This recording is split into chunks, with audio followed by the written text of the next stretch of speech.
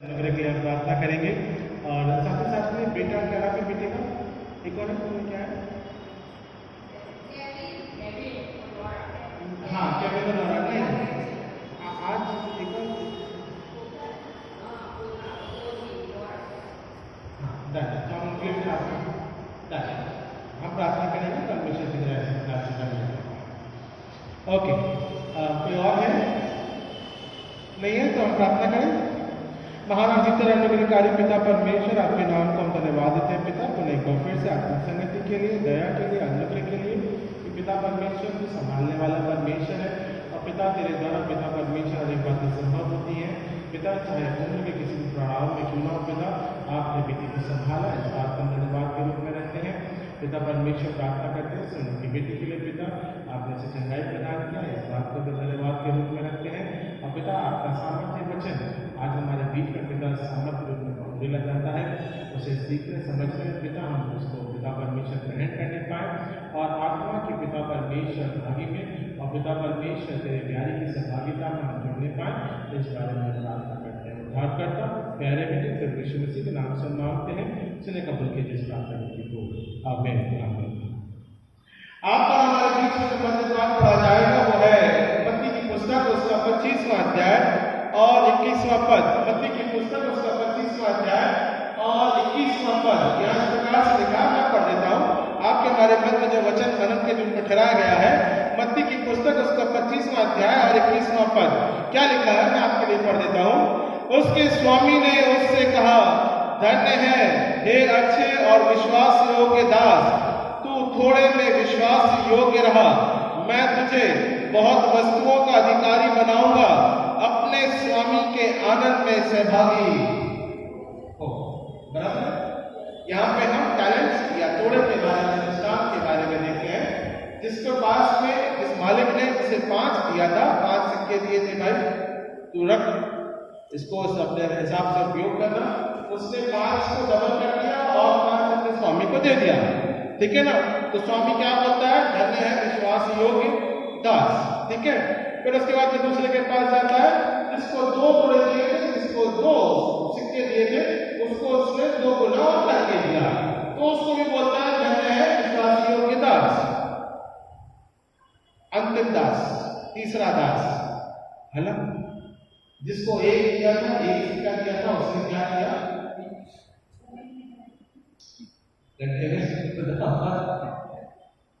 मुझे मालूम है स्वामी तू आएगा वापस मेरे से मांगेगा मैंने क्या किया उसे गड्ढे में जमा दिया ये ले जाए वहां पे वो क्या हुआ स्वामी गुस्सा गुस्सा हो गया स्वामी क्या बोलता है तूने किसी प्रकार का कुछ उपयोग ही नहीं किया मैंने तुझे जीवन दिया तूने इसका इस्तेमाल है ना हम गाए ना गीत अभिषेक भाई ने नया गीत सिखाया ना जय जय राम यीशु नाम ऐसे कुछ है ना वो भजन है जो गान कर रहा विश्वास योग्यता हमारा आपके जीवन से हम किस प्रकार से विश्वास योग्यता में या उस वचन के रूप में अपने जीवन को आधारित करते हुए या जीवन को हम किस प्रकार से इस्तेमाल करें जहां पे हम परमेश्वर के नाम की महिमा को करते जाए है ना। हमारी आदत कैसे होती है दे और दे उधर कैसे निकल देते दे वापस मेरे से मेहनत करके मत है ना। हमारी इच्छा क्या होती है हम क्या मांगते हैं दे दे जल्दी दे दे अभी तक समय भी नहीं पूरा हुआ दे दे जल्दी से है ना। विश्वास योग्य दास के बारे में आज हम जानेंगे कि किस प्रकार से परमेश्वर एक विश्वास योग्य दास की प्रार्थना को भी सुनता है और जो कार्य उसने जमीन पर से हमें दिए हैं उसे हमें करना है और उन कार्यों के माध्यम के द्वारा हम हमारे परमेश्वर को क्या अर्पण कर सकते हैं ये बहुत से अलग बातें हैं ठीक है ना। कार्यों के माध्यम के द्वारा बोलने के माध्यम के द्वारा गवाही के माध्यम के द्वारा प्रार्थना के माध्यम के द्वारा एक दूसरे से मदद करने के माध्यम के द्वारा तो बहुत से ऐसे काम करना है हम सबके पास है ना। हम किसी भी प्रकार से किसी भी स्वरूप में एक दूसरे की मदद करते हैं ये तोड़े का दृष्टांत होता है यह हमारा टैलेंट है ना एक तोड़े के रूप में या हम कह सकते हैं परमेश्वर ने हम किस प्रकार से उन तोड़ों को या जो परमेश्वर ने हमें दिया है अनुभवों को हम किस प्रकार से आपस में बांट सकते हैं। तो आइए थोड़ा सा वचन के ऊपर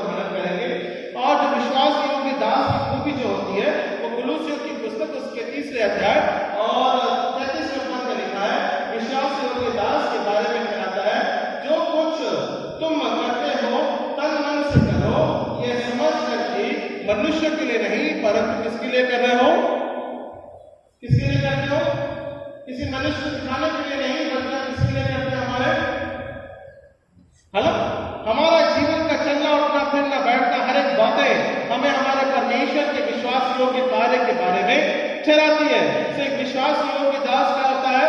जहां पे भी जिस भी परिस्थिति में हो, वो अपने परमेश्वर के नाम की महिमा को निरंतर उस जीवन से करता जाता है, और हम और आप उसी कार्यों के तहत परमेश्वर के नाम की महिमा को, जैसा भी जीवन परमेश्वर ने हमें दिया है, हम उसी प्रकार से उसके नाम की महिमा को करते हैं, और परमेश्वर इसी बात को हमारे आपके बीच में कराता है। सो पहली बात, विश्वास योग्य दास तो कैसा है? धन्य है। इट इज अ ब्लेसिंग, है ना? परमेश्वर हमको और आपको विश्वास योग्य दास के रूप में आशीष देना मांगता है। आशीष हम सबों को चाहिए, बिना आशीष से कोई रहना नहीं मांगता, है ना? सुनीता बच्चा बीमार था बीच में, तो क्या किया? किधर करी तुमने प्रार्थना? परमेश्वर से, बराबर है? आंटी से मिलके बोल के भैया प्रार्थना करो इसी प्रकार से, है ना? सो आशीष देने वाला हमारा परमेश्वर है। वैद्यों का वैद्य, डॉक्टरों का डॉक्टर, हर एक प्रकार से हमारे जीवन में चंगाई का देने वाला, और आंटी को जो तोड़े का दृष्टांत दिया वो प्रार्थना का वरदान है, बराबर है? तो हम प्रार्थना करते हैं, चाहे हम प्रार्थना करें या प्रार्थना करें, तो वो वरदानों के अनुसार वो अपने कार्य को पूरा करती है, और प्रार्थना के माध्यम के द्वारा चंगाई होती है। ये एक पहली बात हो गई। तो ये क्या है? हमारे लिए आशीष का कारण ठहरता है, और आशीष को प्राप्त करना परमेश्वर से ये मनुष्य जीवन के लिए बहुत अनिवार्य है। बिना आशीष के कोई कार्य सफल आप कर लो कितनी भी मेहनत। नाव में बैठे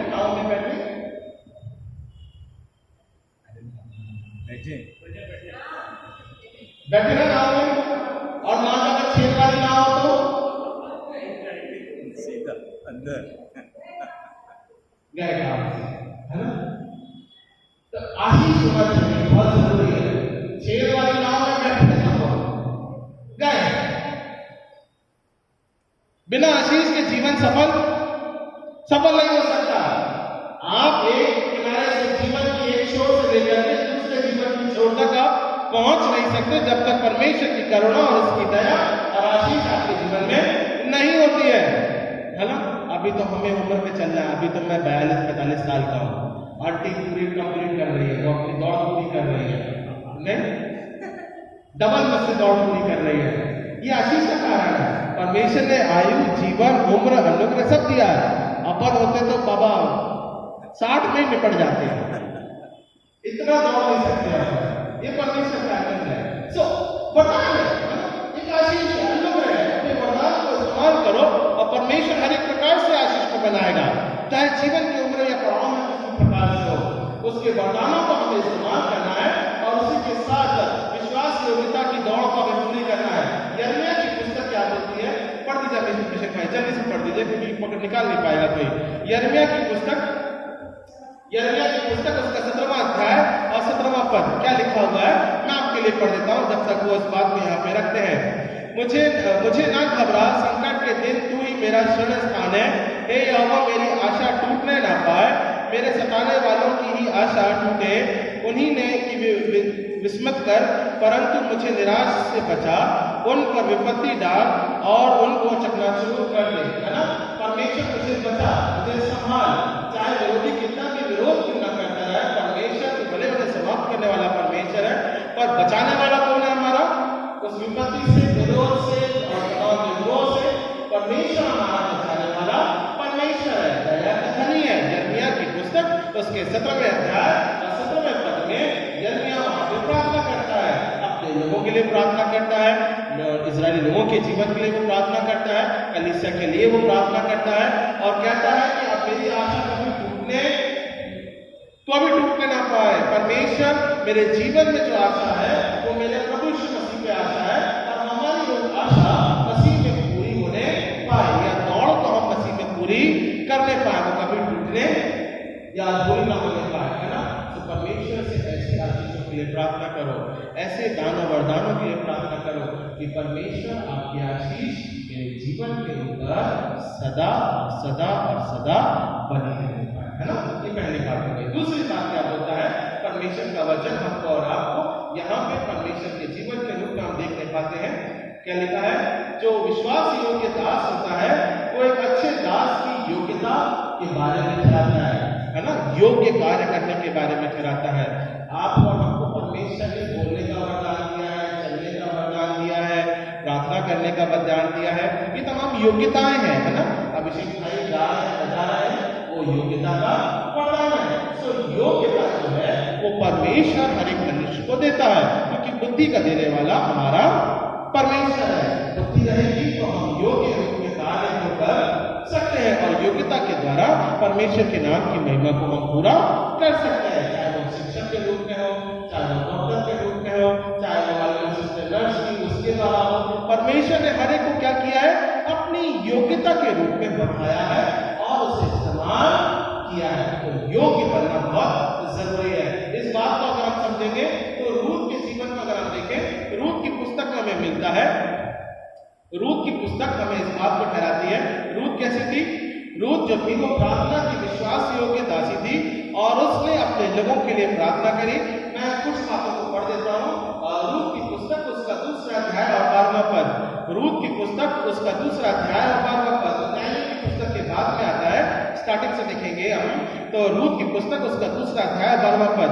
यहोवा तेरे कार्य का फल दे और इज़राइल का परमेश्वर यहोवा जिनके पंखों तले तू शरण लेने आई है तुझे पूरा बदला दे, है ना। परमेश्वर ने क्या किया, उस दासी को अपने अनुग्रह के द्वारा उसकी योग्यता के अनुसार उसे आशीषमय किया, उसे फलवंता किया। और ये वही रूप है जो कि अपने इज़राइली लोगों के मध्य में कार्य को पूरा करती है, प्रार्थना के माध्यम के द्वारा या प्रार्थना में जीवन के माध्यम के द्वारा, है ना।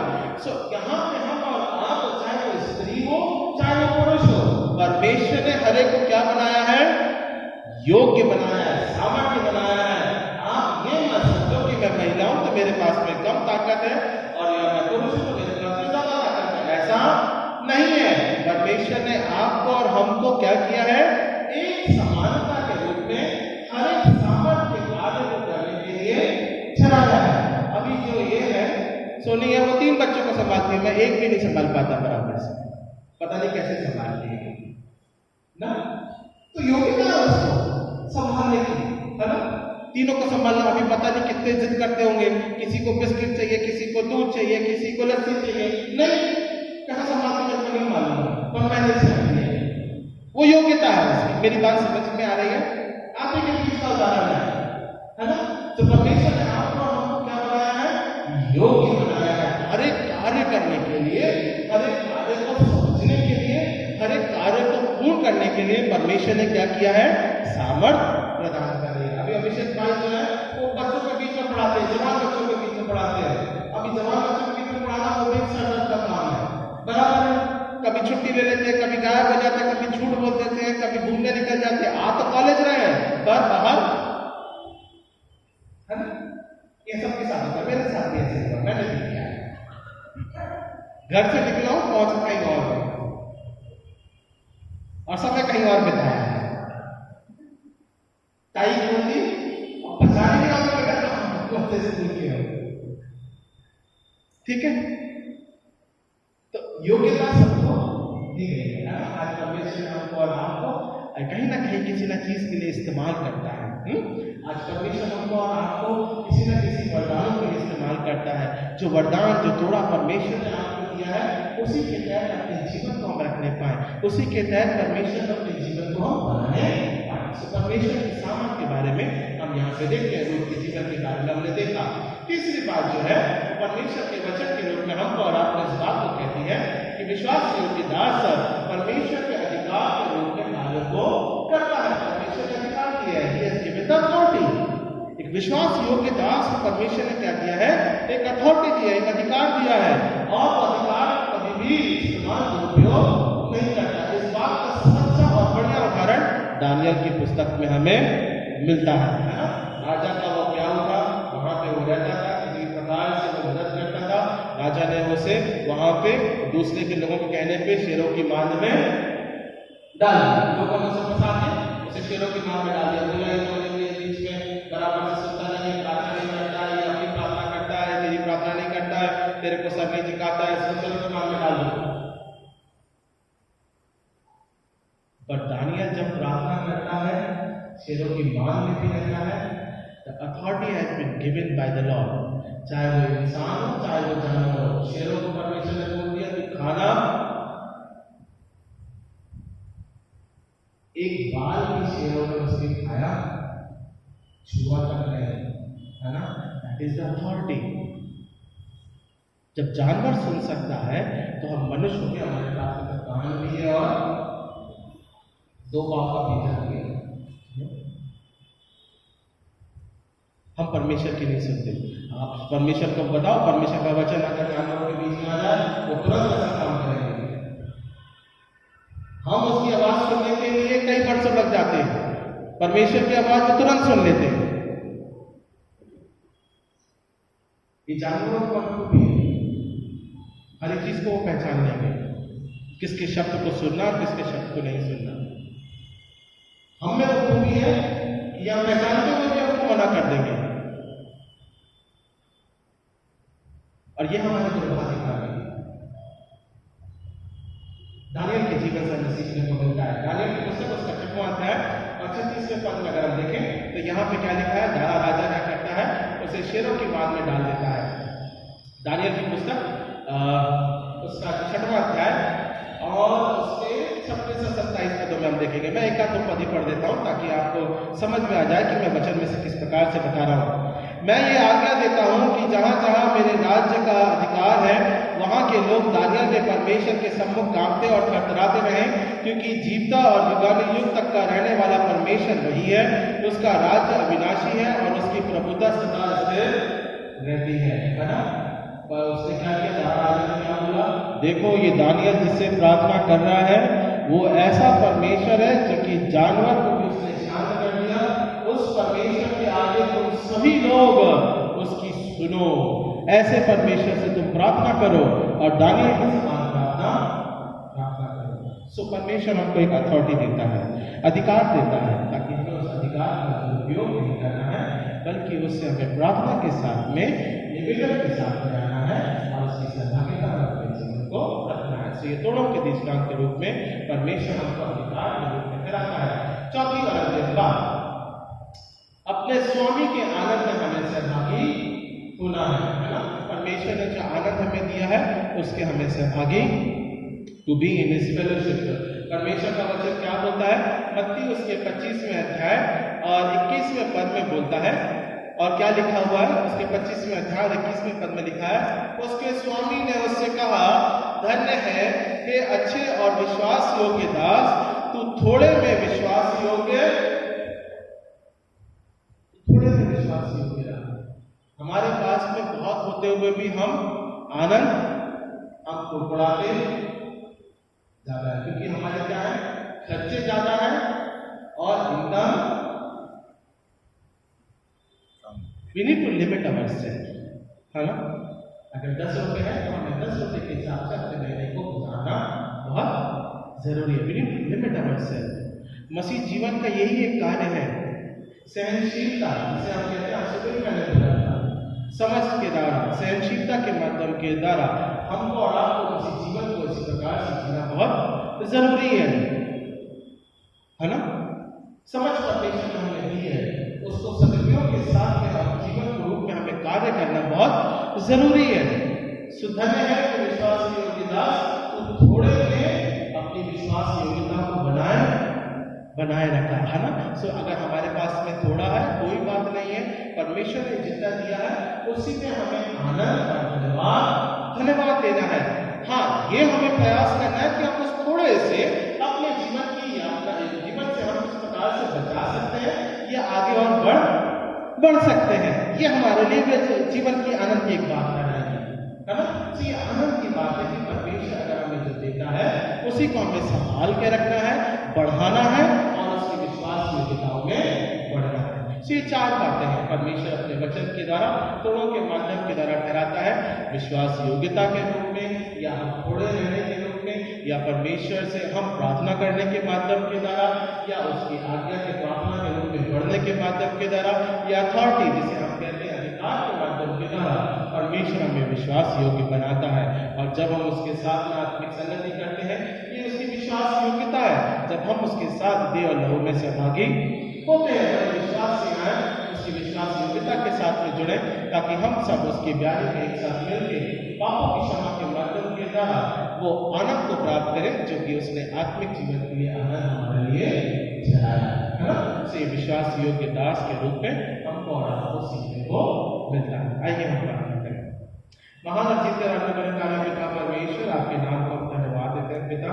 आपकी दया और आपका अनुग्रह निरंतर इसी प्रकार से पिता परमेश्वर विश्वास योग्य दास के रूप में पिता थोड़े से पिता हम पालन करने पाए, परमेश्वर के अधिकार में चलने पाए, विश्वास योग्यता का अपने दृढ़ रखने पाए और पिता परमेश्वर रूप के समान प्रार्थना में जीवन को रखने पाए।